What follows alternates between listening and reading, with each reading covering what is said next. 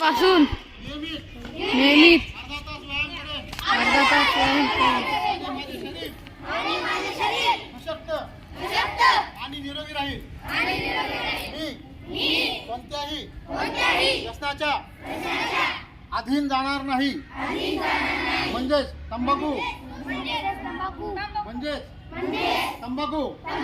गुटखा मावा सुपारी आदी पदार्थांचे व्यसन मी भविष्यात करणार नाही. आणि वडीलधाऱ्या मंडळींनी मला आणण्यास सांगितले त्याला मी नकार देईन. त्यांना मी कुठल्याही परिस्थितीत आणून देणार नाही. मी दररोज अभ्यास करेन.